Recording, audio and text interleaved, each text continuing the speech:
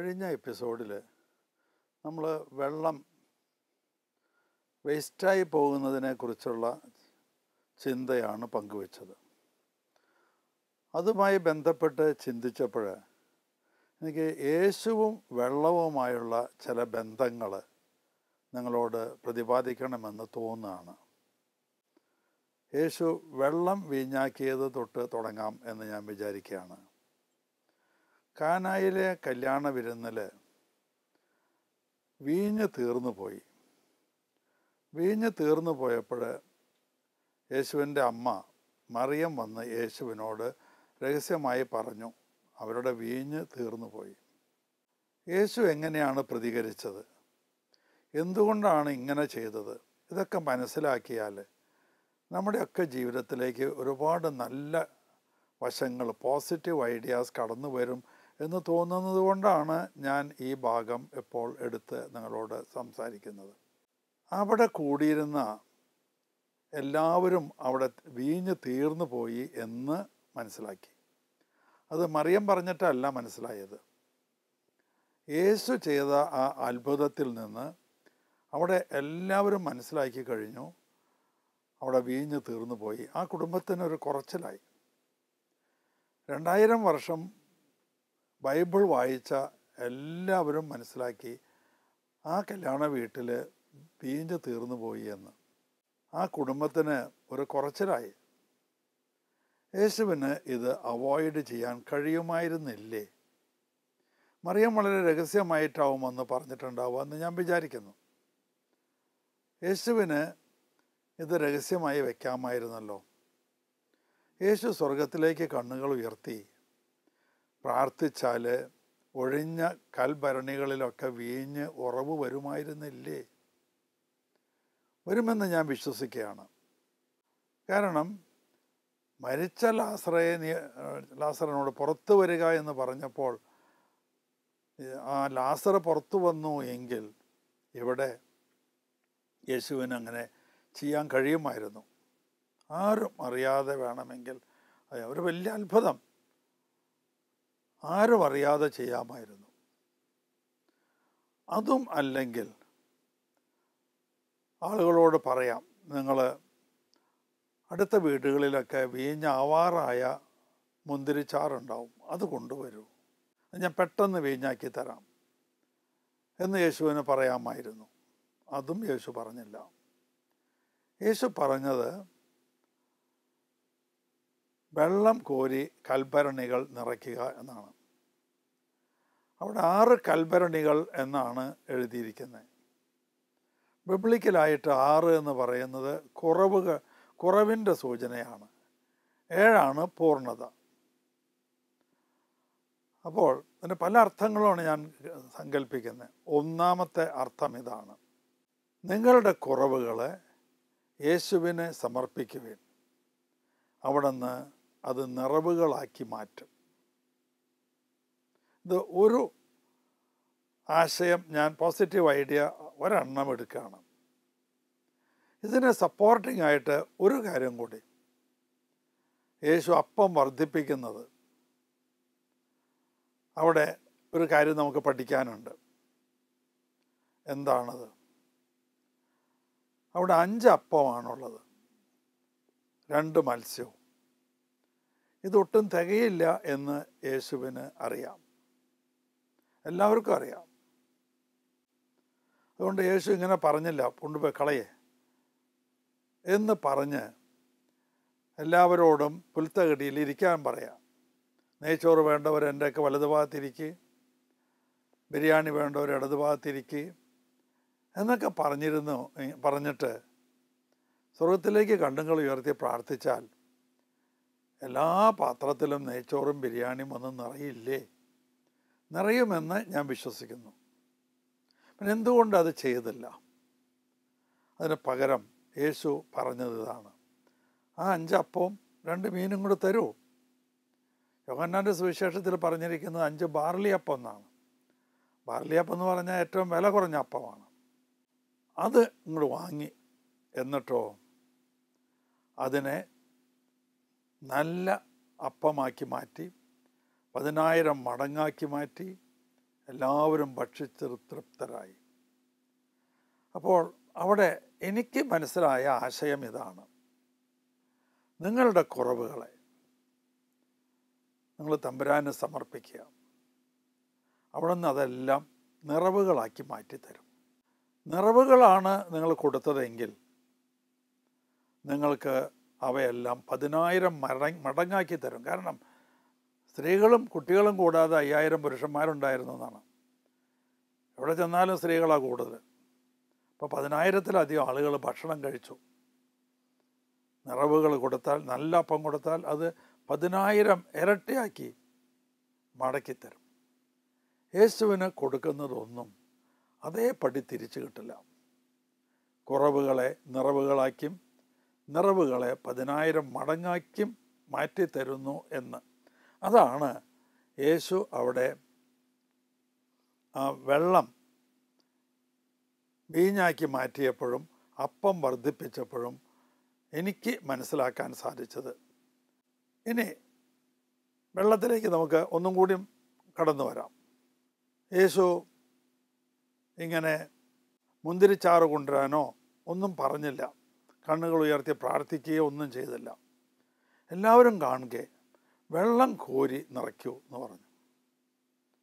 അത് എന്തുകൊണ്ടായിരിക്കാം? യേശു നമ്മളെ ഒരു കാര്യം പഠിപ്പിക്കാൻ ആഗ്രഹിക്കുകയാണ്.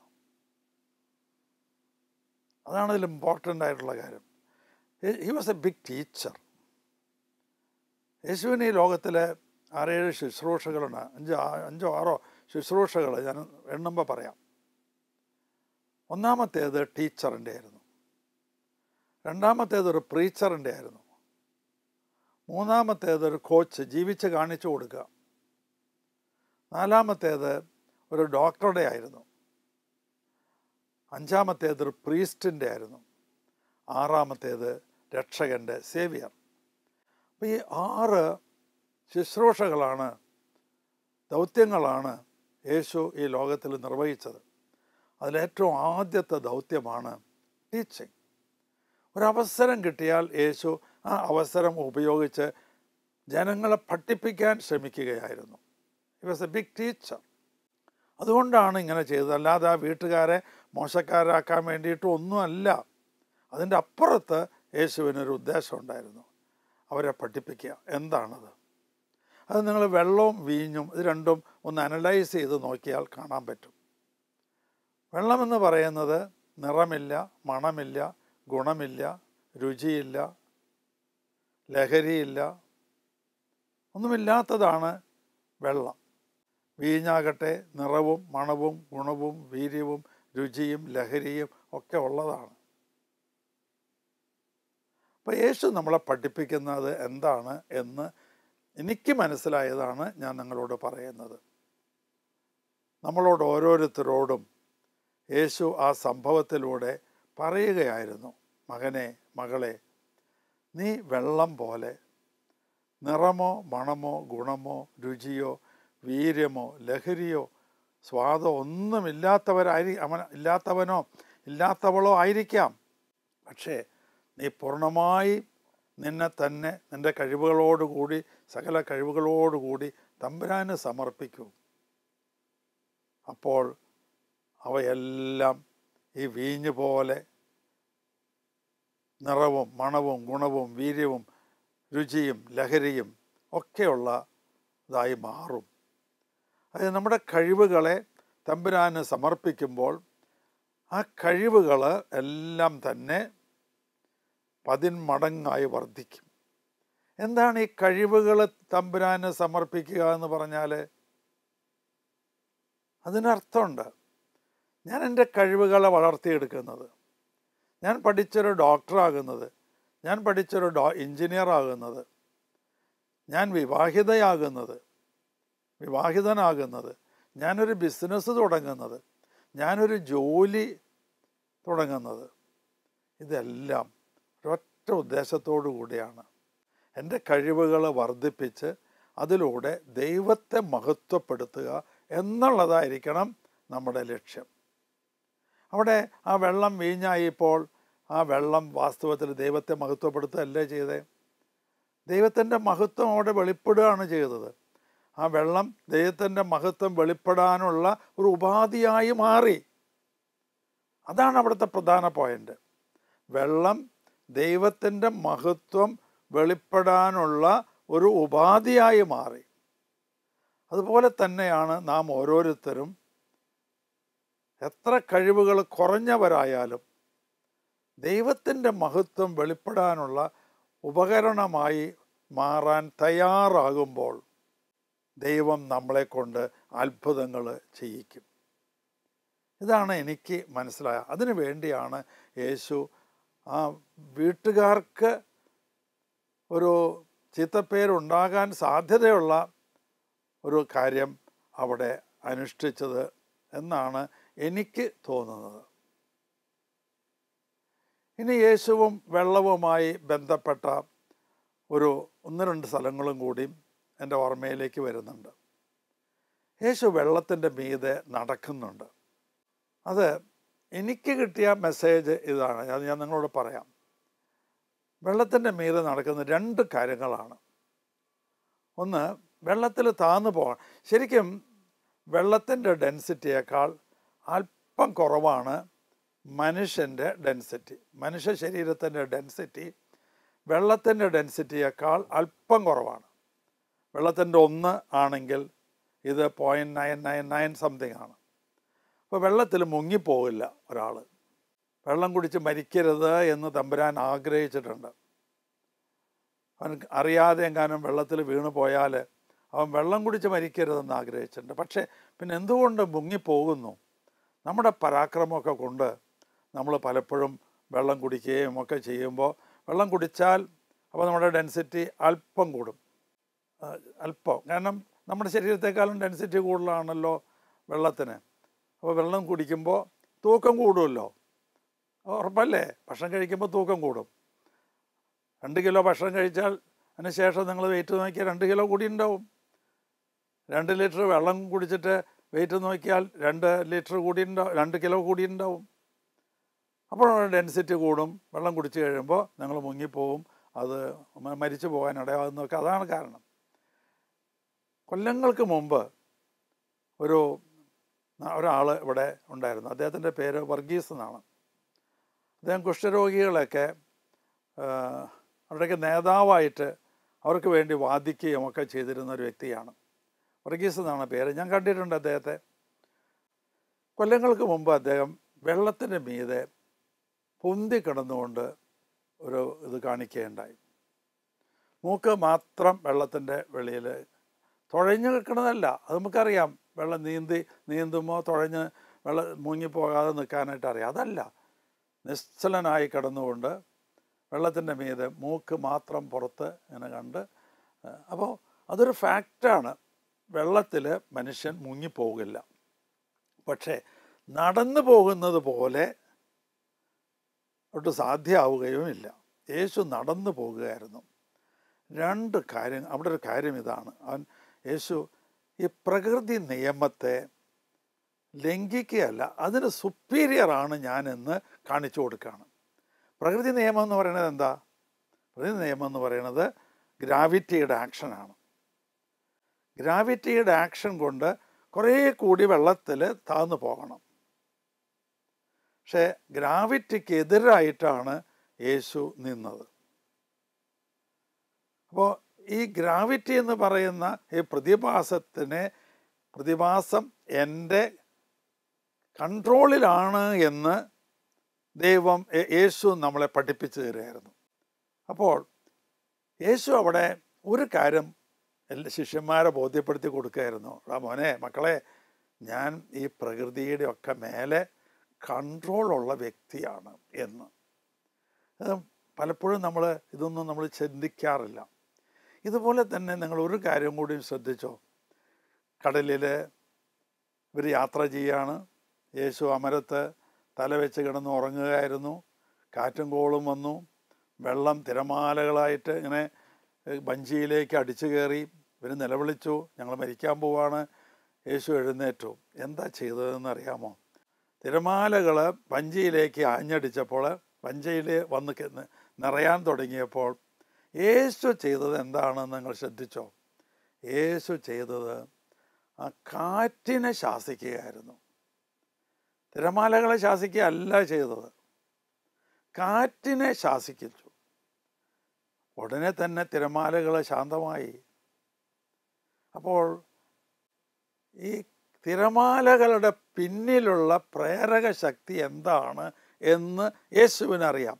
കാറ്റടിക്കുന്നത് കൊണ്ടാണ് തിരമാലകൾ ഉണ്ടാകുന്നതെന്ന് യേശു മനസ്സിലാക്കി. എന്തുകൊണ്ടാണത്? ഈ തിരമാലകളെയും കാറ്റിനെയും സൃഷ്ടിച്ച തമ്പുരാനാണ് അത് എന്ന് ഈ ശിഷ്യന്മാരെയൊക്കെ ഒന്ന് മനസ്സിലാക്കി കൊടുക്കുകയാണ്. യേശുവിൻ്റെ ദൈവത്വമാണ് അവിടെ എല്ലാം പ്രതിപാദിക്കുന്നത് എന്ന് എനിക്ക് തോന്നിയ ആശയമാണ് ഞാൻ നിങ്ങളോട് പറഞ്ഞത്. ഈ പ്രപഞ്ച ശക്തികളെ സൃഷ്ടിച്ച തമ്പുരാനാണ് ഞാൻ.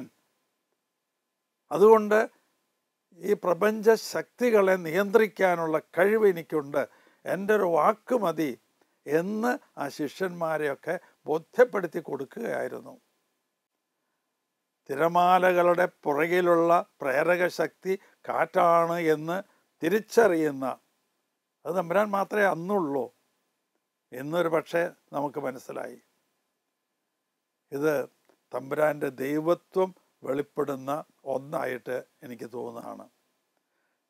പ്രപഞ്ച ശക്തികളുടെ മേലെ കൺട്രോൾ ഉള്ള ഒരു വ്യക്തിയായിട്ട് ശിഷ്യന്മാരുടെ മുൻപിൽ തന്നെ അവതരിപ്പിക്കുകയാണ്. ബൈബിൾ വായിക്കുന്ന എല്ലാവർക്കും, ചിന്തിക്കുന്ന എല്ലാവർക്കും ഇത് കിട്ടും. ഈ മെഡിറ്റേഷൻ എന്ന് പറയുന്ന ഒരു ഭാഗമുണ്ട്.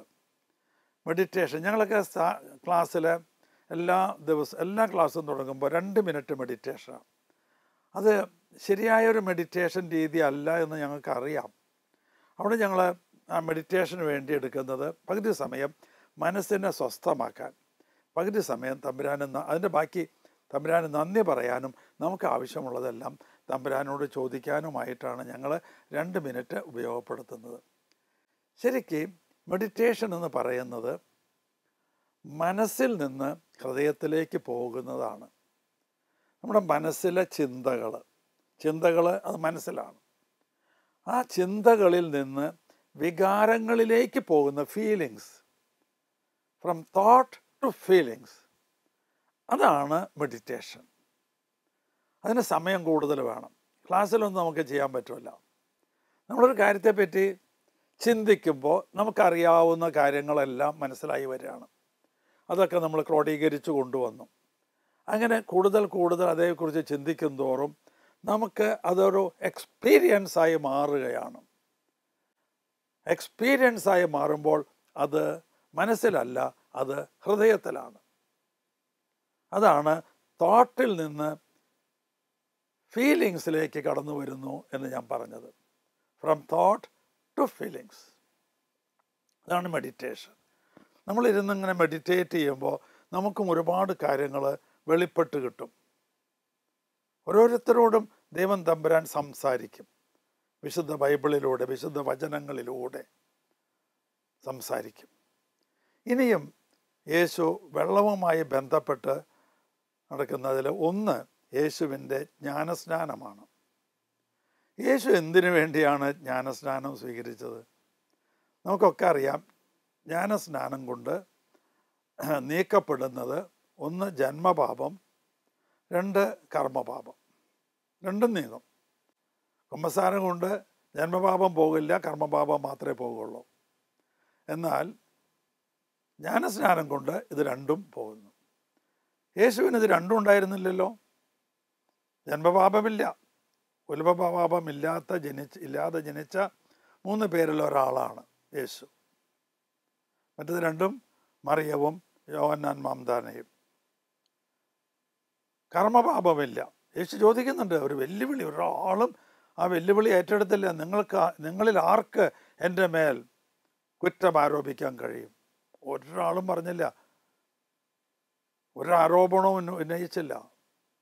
അപ്പം കർമ്മപാപമില്ല, ജന്മപാപമില്ലാത്ത ഒരു വ്യക്തിയായിരുന്നു യേശു. പിന്നെ എന്തിനാണ് യേശു മാമോദിസ മുങ്ങിയത്? വെള്ളം കൊണ്ട് മാമോദിസ മുങ്ങിയത് എന്തിനു വേണ്ടിയാണ്?